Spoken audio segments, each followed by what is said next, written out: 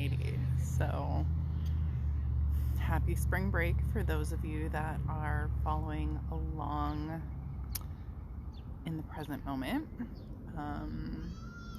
My older kids just went back with their dad yesterday, which you see the very vulnerable video yesterday, of me experiencing some of my own somatic trauma release and allowing myself to feel the feelings of grief that I had been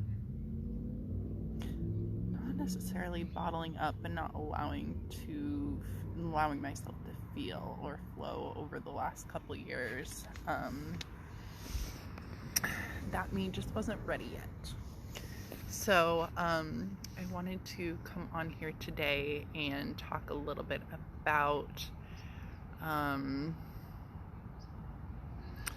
finding your true self, listening to your soul, and all the other things for those of you that, like myself, suppressed that stuff in childhood so that we could be the people pleasers, so that we could not upset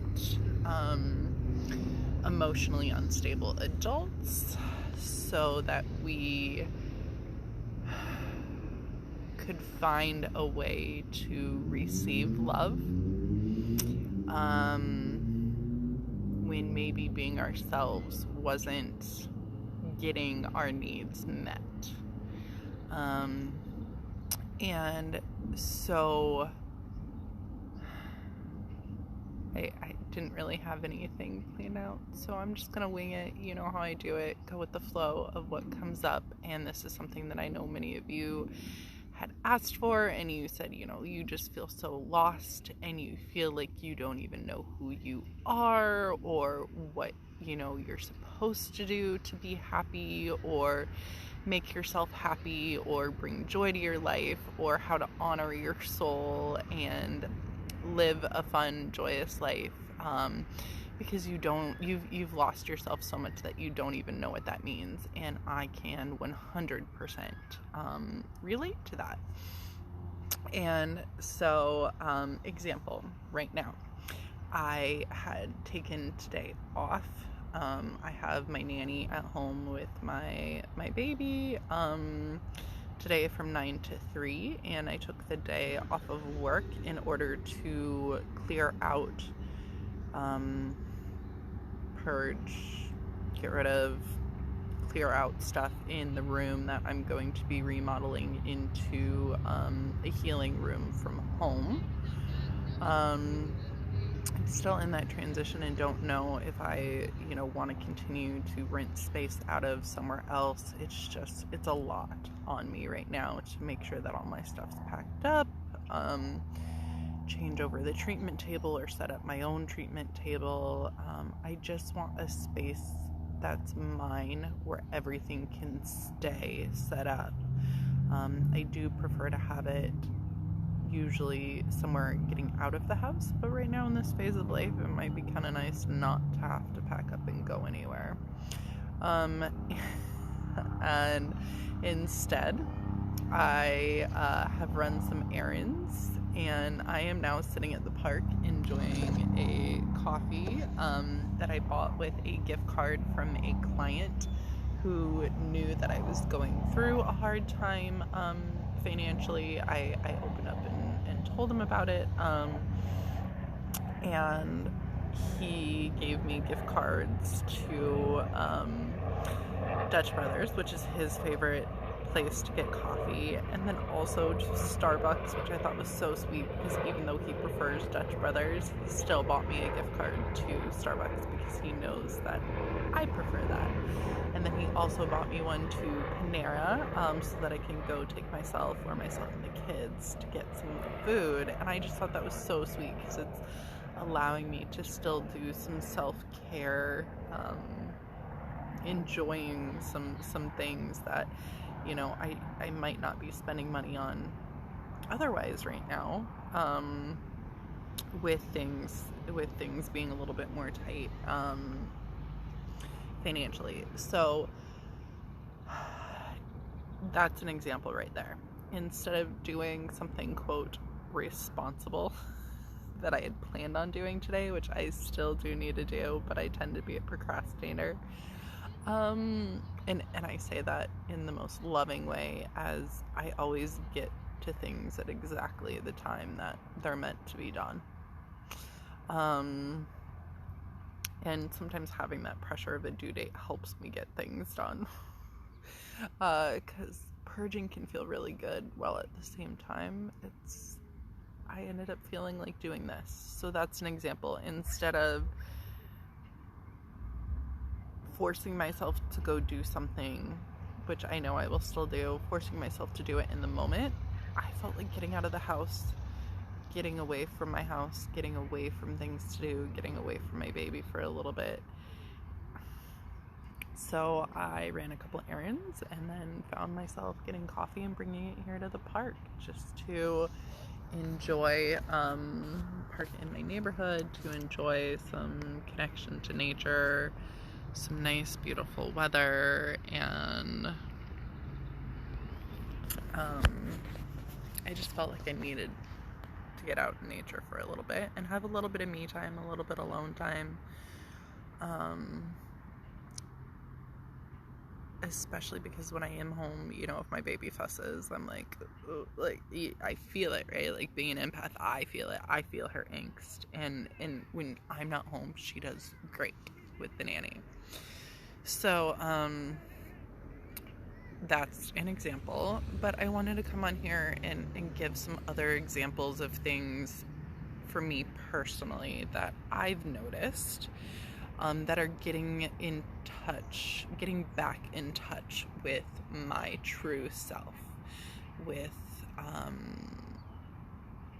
what makes my soul happy. And that's the beautiful thing, is we all have different things. So the things that I say may not resonate with you, or maybe they'll trigger something to be like, oh my god, what a fantastic idea, I hadn't even thought about that. Or maybe it'll, you know, trigger something else. So example, when I was going through the divorce, which took 2.5 years to be finalized, during that time I had reconnected with my friend Danielle. As you see in a lot of the videos, she was huge in my healing and bouncing ideas off of each other and just reconnecting too. It was exactly what I needed. So beautiful. And she had told me that another woman that she knew who was going through divorce said every day, no matter how shitty she felt, she would wake up and put on red lipstick because that made her feel better.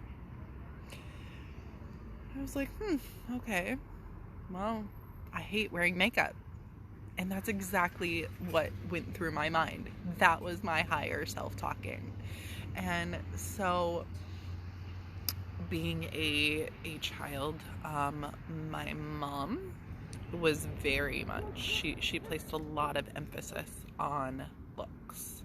My dad as well, on the way you look, not leaving the house unless you're presentable. And what that meant is my mom, still at 70 years old, does not leave the house without hair done, makeup done. On Christmas, on Thanksgiving, especially, this is like the one part that I remember on Christmas. I've talked about this. I don't have memories of opening up gifts, but I do remember that every Christmas, before I was allowed to go downstairs and open gifts, or allowed to go in the living room to open gifts, I had to be fully dressed, and it meant I had to dress up for Christmas, and I had to have my hair done. I was not allowed to go and open presents with my hair a mess, not brushed, you know, in a messy bun, or just like this, and in PJs, and I hated it. And growing up, it was the same way. My mom, every morning, would get me up before she would take me to daycare, before she would head off to work, and she would get me dressed in dresses, and she would curl my hair. to the point that then when I got to high school, there's again a lot of emphasis on the way you look, and that's probably because that's what I attracted right into my reality, because that was what I was raised with. And so every day I would wake up early, which I hated, and I would do my hair and I would do my makeup every single day before school. It was so bad that I would write down what I would wear to school, and I would not repeat the same outfit for 2 weeks because I didn't want to be judged. Now, I frequently will wear the same outfit 2-3 times easily. Sometimes 2-3 days in a row easily, because it is what brings me joy that day. It's what makes me feel comfortable, like this sweater and the cute yoga pants that I'm wearing, and I'll touch on that here in a second. And I have my hair down and kind of like this, like just me. This is me. This is naturally me. And in high school, when I would wear makeup, a lot of times it would irritate my eyes. My eyelids would end up being super puffy, and I would have to find different makeup that didn't do that to me. And I think a large part of it is I like nice things. So this is kind of a two-parter. I like nice things. And I remember saying this to my therapist in a session, and she goes, yeah? Like, okay. Like, and? No shame, nothing. Just, okay, that's part of who you are. And I was like, oh, that's okay? Versus, like, my parents who maybe things had to look a certain way, but yet when it came to like makeup and clothing, it was, grocery store makeup, so like Maybelline, whatever, and kids go through clothes so fast, so there was no way they were gonna spring for expensive clothing for me. But the one way that I would get nice stuff that I liked was with jewelry. I don't even really know if I enjoy wearing jewelry. I have quite a bit of nice jewelry, and this is where I'm getting to it, that of gold, white gold, platinum. My wedding ring was platinum, my engagement ring. Because if my parents bought me stuff that was like, say, Claire's silver, even sterling silver, it would discolor and my skin would get irritated from it. So it was like this very obvious, like, no, don't you dare try to put that on me. I want nice stuff. So if my parents did buy me jewelry, which I think my mom liked jewelry, so she would buy me jewelry. I don't even know if I really liked jewelry. 90% of the time, 95% of the time, it would sit in the cute little case that it comes in, and it would sit in my nightstand, and I wouldn't really ever wear it. Maybe except to go, I don't know, holidays with like family or something. I don't even really know, because I didn't really wear it that often. But that was my way of getting nice stuff, because if they wanted to buy me jewelry, it had to be nice. It had to be gold, white gold, so that it wouldn't make me break out. Which is fascinating, right? Because that was my soul's way of saying, like, you like nice stuff.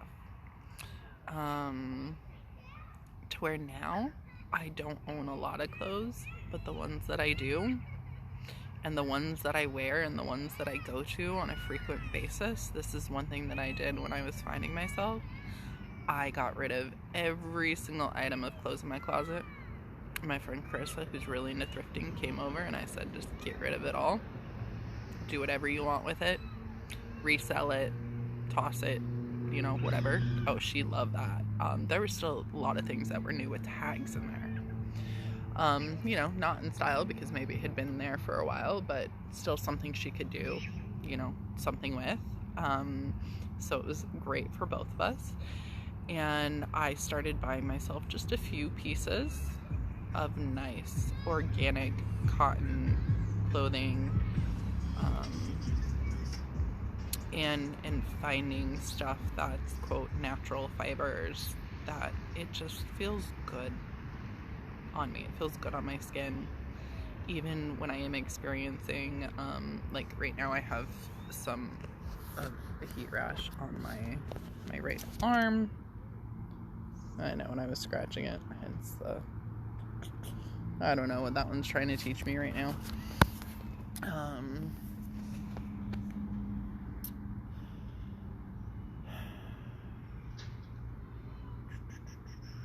But it feels good. It doesn't irritate that at all. It doesn't make it itch. Now, if I were to go put on, like, say, a Target $10 shirt, you bet that would itch on there.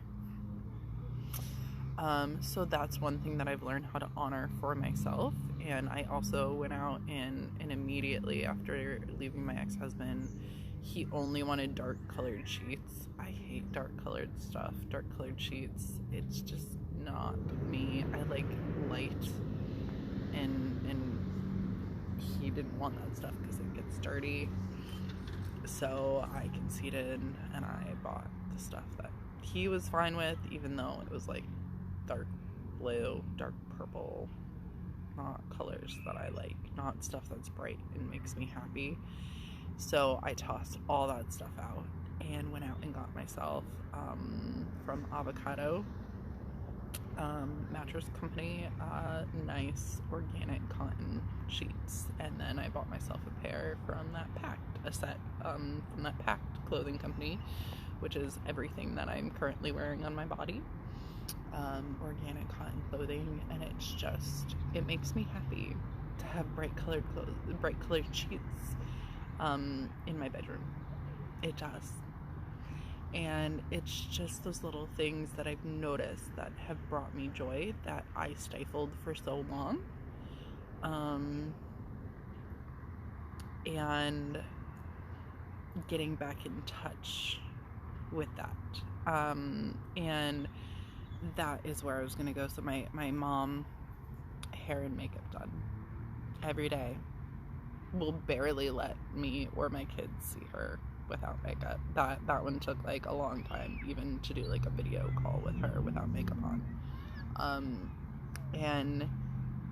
And she always gets mad when I take pictures of her. She's definitely one of those. Oh, don't take a picture of me, I look awful. And it's just, it's kind of sad that she really does view herself that way.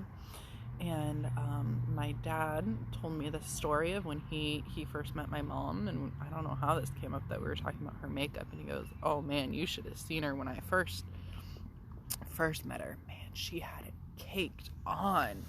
And he was just like totally like, he likes that. He likes a lot of makeup. So it makes sense that when I got to college, oh man, college was great. College is where I really started finding myself, because it was like me being out on my own. Even though I ended up losing myself in my marriage, college was fantastic. I went and I was like, went to class and there's people with PJs on and their hair up and just, rolled out of bed and walked to class. And I was like, what? I can go to class like this? This is freaking great! Like, holy crap, this is amazing! And I remember the house that I lived in, it was like a pseudo sorority with 30 girls, and I showered and I get out of the shower and I towel dry my hair and I sit down and I'm at my desk in my room, and somebody comes up behind me and they're like, oh my goodness, your hair looks so cute, like you should always do it like that. I'm like, what are you talking about? They're like, the waves, the way that you did a wavy, it's so cute, you should always do your hair like that. And I was like, what are you talking about? And they're like, go look in the mirror. And I go into the bathroom and I look in the mirror, and I have, and this is like 3-day-old, so like it's not as wavy as like maybe day one, and I do notice that it has changed over time with pregnancy and hormones, and it'll differ depending on shampoo and stuff like that too. But at that time, because I hadn't, experienced any pregnancies or anything like that yet. I went and I looked in the mirror and I had this like just wavy hair. Like, what?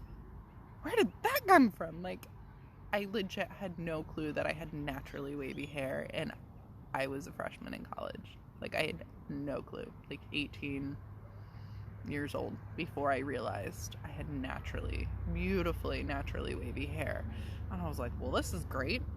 Now I don't have to blow dry my hair. I don't have to curl my hair. I don't have to straighten my hair. I can just get out of the shower and towel dry it. And then I learned maybe using a little bit of gel just to help kind of crunch it up. Oh my God, I loved it. I loved the way it looked. I loved the way I felt. I, started being much more me, much more natural with my naturally wavy hair. Not having to do anything to get ready and not having to wear makeup. And I go home for the holidays, and my dad, upon seeing me, it was like, well, you look like a mess. What's up with your hair and that rat's nest? And I was like, huh, all right, cool. Like, thanks, Dad. Good to see you too. Like, that's the kind of shit that I had to deal with, of just, and my mom was like, oh, I think it looks really beautiful. And so luckily she did say that, which helped. And I continued to wear my hair like that because it brought me joy. But had I been a kid and still living at home, I probably wouldn't have done it because I would have been worried about upsetting my dad, right? Like,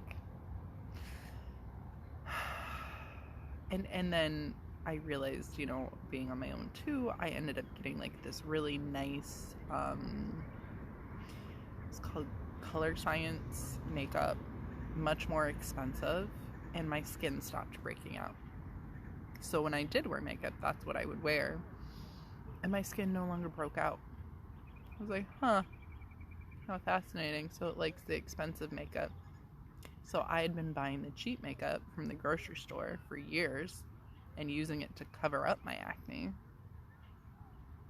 instead of maybe listening to what my soul wanted, which probably didn't want any makeup. And now I do occasionally get little pimples, but for the most part, I no longer break out. And I also no longer wear makeup, but when I do, I can wear like the Color Science stuff, and it's great, and it doesn't make me break out. And but it's just those little things and those little messages that we hear from people that it's like that punch to your gut, and it just doesn't feel good. And it's because it's not unconditionally loving us for who we are. And so during my NDE, during my near-death experience, which you guys have seen that video, that was the one time that I could very clearly hear my higher self talking to me on a much more regular basis. I mean, I would ask a question, like, I got done working one day. Yeah, I was working even when the rash was like super duper bad. It did give me purpose though. I think it probably helped keep me earthside versus like if I would have been in a hospital just withering away. Because I do like to help people, and I got done one day and I went out to the car and I was like, well, I don't have to go work, I don't have to go pick up the kids, what should I go do? And I just heard, go get a beer and a cheeseburger from Arizona Wilderness. And I was like, okay. It was great. Like, I asked a question, heard the answer, and I did, and that's when I met Wayne, who helped get me the message of, all right, you need to get your breast implants out. So my higher self was telling me exactly what I needed. And during my NDE, one of the messages that I heard on repeat in my head just over and over and over again was, don't put anything on me or in me, don't put anything on me or in me, don't put anything on me or in me. I mean, it's like that voice had been with me my whole life. It didn't scare me, it didn't frighten me, it didn't worry me. I wasn't worried that I was hearing voices. It was just this natural voice that I could tune into. And I knew it meant, one, whatever you're experiencing, just go through it naturally and experience. Don't try to cover it up. Don't try to put anything on it to make it stop. I'm getting some raindrops here. This is nice. And so like people would occasionally be like, oh, I've had psoriasis. Here, this is what I used to help get rid of mine. And I did listen one time, even though I was like, no, my body doesn't like it when I put anything on it or try to take anything to stifle it. And I did use steroids like once too, just for a little break. Oh man, that rash came back with a vengeance. It was mad. And I had put this topical on just like the tiniest little spot that somebody had said for psoriasis. And I was like, all right, fine, whatever, I'll try it. I ignored my higher self. And I put the teeniest tiny little bit on. Didn't really notice anything, but it didn't seem to make it worse. So I put it on a larger part of the back of my hand. Oh, you bet my soul was pissed. The psoriasis like amped itself way up. Tons of like oozing yellow. Oh my god, it was literally like my soul was so mad. But I also knew later, I was like, oh, you also meant don't put anything in me, like breast implants. Like, could you have been a little bit more clear about that? But it was, right? It was sending me visual signs, Instagram posts of people, women getting their breast implants out. And my mom even said it to me. Like, she gave me the message. She knew. She was listening to her intuition, her guides, and told me, like, do you think it could be your breast implants? And my ego wasn't ready yet. I was like, no, it can't be from that, no. So that's another reason why I've decided to open up and talk about it more. Is just, if I can be that person who's experiencing something like I was, that their breast implants are making them really, really ill, and I can be that one voice to help get them that message, that maybe it'll just click, that they need to get them out, and that it's okay to get them out, that they're beautiful no matter what, and no shame, you got them, and they were great for the time that you needed them, but now it's time to get them out, and that's okay too. If I can be that voice to help somebody make that connection, then yay. Then I'm super happy now that I'm talking about it. And I think it took me a couple years too, because I was also experiencing a lot of shame around it. You know, my parents, as I said, they did help. They paid for the surgery for me to get them out, but it wasn't an unconditional, like, here you go get them out. I definitely heard about it, like, oh, well, if you wouldn't have gotten them in the first place, or my mom being like, oh, well, I never understood why you wanted to get breast implants in the first place. I've always had small boobs and I've been fine with them. And I'm like, how does she not make the connection of hair done, makeup done, having to look a certain way? How does she not make the connection that that's just, to me, how it transferred over? I don't care about hair and makeup, but I was self-conscious about my small boobs, so I wanted to go get breast implants. Like, how does she not make that connection? It was all about the fact that I didn't love myself as I was, beautiful and natural. I thought I had to look a certain way to get love. So there was a lot of shaming from my parents. A lot of like, well, if you never would have gotten them in the first place, well, we never would have done something like that. So yeah, again, like, I'm super grateful for them for the opportunity, but I think I didn't talk out about it as much the last couple of years, because I was still shaming myself. Like, I felt bad that I did get them, that I did that to myself, that, you know, yeah, like, I felt a lot of that shame, and it's taken me 2 years to be like, no, like, you did what you needed to do in the moment to help with your ego and your self-confidence, and they did serve your self-confidence great for 10.5 years. It's just, your soul said, okay, it's time to start listening and get them out and learn how to truly love yourself just as is. And so for me, with experiencing that breast implant illness, and I've talked about some of the other symptoms that I had too, besides just the horrible full body psoriasis, which you guys have seen in those photos and videos. But I was also experiencing a ton of hair loss. My daughter told me that my breath smelled. And after my NDE, almost immediately, like that following week, that after that I came back, that she was with me, she told me, she said, "Mommy, your breath doesn't smell anymore." I was like, huh, that was the breath of somebody dying. Okay, good to know. Like, did not piece that one together during. And you know, it was beautiful. My postpartum doula went with me to an appointment when I was looking at getting my tattoo removed, and she was like, "I think you're beautiful as is, no matter what. Like, whether you have them, whether you like have the tattoo, don't have it." And it's the same thing with breast implants. And not everybody's going to experience breast implant illness, right? Like, it's not going to be, not everybody that gets them is going to experience it. That's not going to be everybody's journey. But for somebody that is experiencing it, inflammation, you know, autoimmune symptoms, a myriad of other symptoms, that if you are experiencing it like I did, maybe that's the cause. And it's okay to get them out. And it's okay that you had them for the duration that you had them too.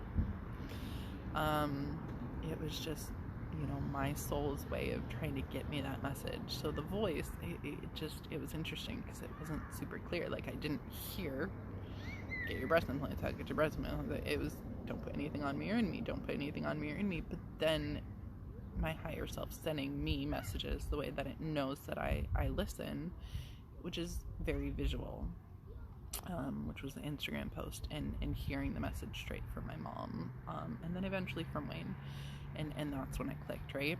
But a lot of you know, have said, like, "Oh, it's because the breast implants are toxic and they're full of all these toxic chemicals," and maybe.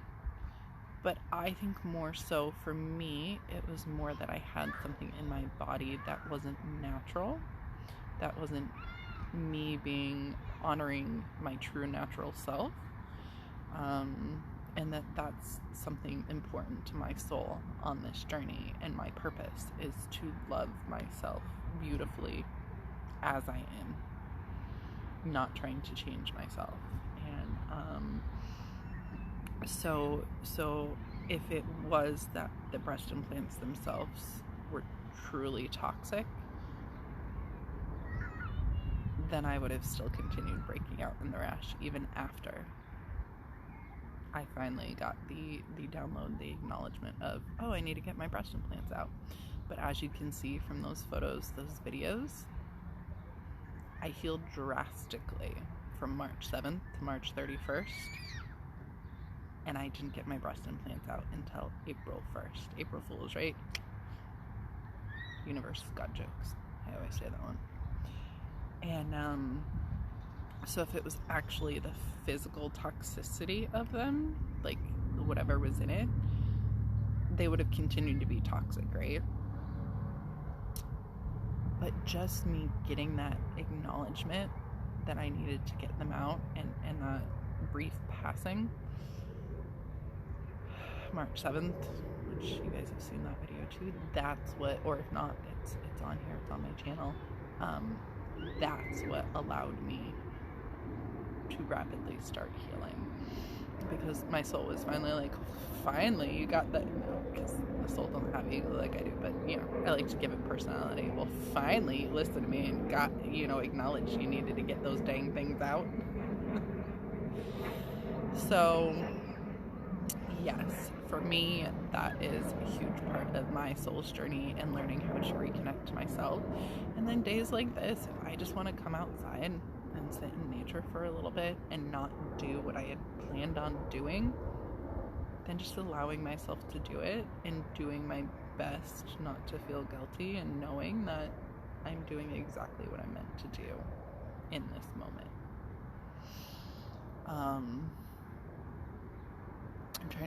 Here's one more example. So this is something that I allowed myself to be true about during my marriage. Is I'm a water snob, and it just goes hand in hand with I like nice things. The funny thing is the water that I drink doesn't even have to be filtered for stuff in it. It just has to taste good. And I usually like the expensive stuff. So I do get the alkaline water from a water and ice store. I would love to get the machine for home. That's a goal of mine definitely for one day, but I think some of those Kangen machines run upwards of like 10 grand. So maybe at some point, maybe I'll have like a referral, like an ad video or something like that, and they'll install it. I'll get to do marketing or something for them. I don't know, that'd be really cool. But just one of those really nice high pH waters, because that seems to resonate best with my body, and it does help keep my skin more hydrated versus when I do water that's been stripped and is more neutral pH. I tend to have drier skin, and I live in Arizona and it's really dry here. So for me, my body seems to do better with the higher alkaline water, and especially if I buy that stuff, like in the bottles, it's expensive, and my ex would always say that. He's like, "You're such a water snob," and I'm like, "Yeah, I am." So that was one thing I proudly owned. And just, kind of think back to some of those things, maybe some of your memories as a child. So some of my memories as a child, even though I don't have a lot, I do remember going for bike rides, just leaving my house, didn't know what time it was, didn't care, and going for a bike ride in Colorado along this path. And I just remember seeing the flowers and the plants and stuff on each side of me. And I have this one memory of me as a child, and I'm wearing shorts somehow, luckily, not a skirt and or a dress, and I'm sitting on this like bar in the playground, and I have this memory of a bee just coming up and landing on my thigh, and just me being like, "Oh, hey there," like no fear, no, not worried it's gonna sting me. It just came and landed on me and said hello, and that connection with nature and being outside, and so I do have memories of being outside, doing bonfires, campfires, roasting s'mores and hot dogs with my family on family reunions, and doing horseback riding. So most of my memories, my happy memories, are of me being outside and connecting to nature. So that's one way that I've noticed and tried to honor that. And I'm still just in the process of learning to find myself and what makes myself happy and stuff too. And like I said, I am experiencing a breakout on the right arm, and why, I don't know. And maybe the universe my higher self is screaming at me, trying to tell me, and maybe I'm not listening. But that's okay too, because I'll understand when the time's right. So yeah, so those are just some of the ways that I'm finding, and liking to be calm and be around calm energy, and not energy where I do feel like I have to walk on eggshells, right? Which is why I personally chose to cut ties with mostly my dad, because of that feeling of still feeling like I need to walk on eggshells. And I've even really, really cut back on communication with my mom, just because I can't be myself around them. I can't be truly me, not without their judgment, and that just doesn't feel right to me. Like, why put myself through that? Why have to hear that shaming, so kind of almost that little boundary of myself of like, if you want to be in my life, then be nice to me, love me for who I am. If you can't say something nice, don't say anything at all. So I'm just not gonna allow you to say stuff to me.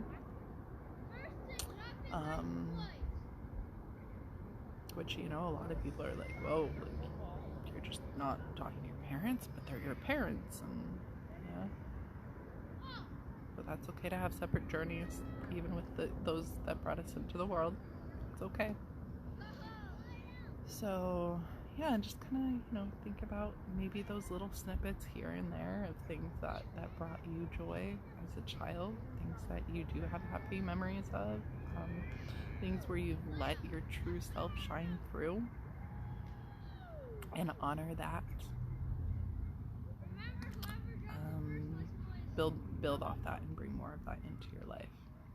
So I hope this helps a little, and of course, as always, I want to hear what aha moments you guys have of like what makes your soul truly happy, what brings you joy, what is you honoring yourself. Let me know in the comments below. Love you. Have a fantastic rest of your day.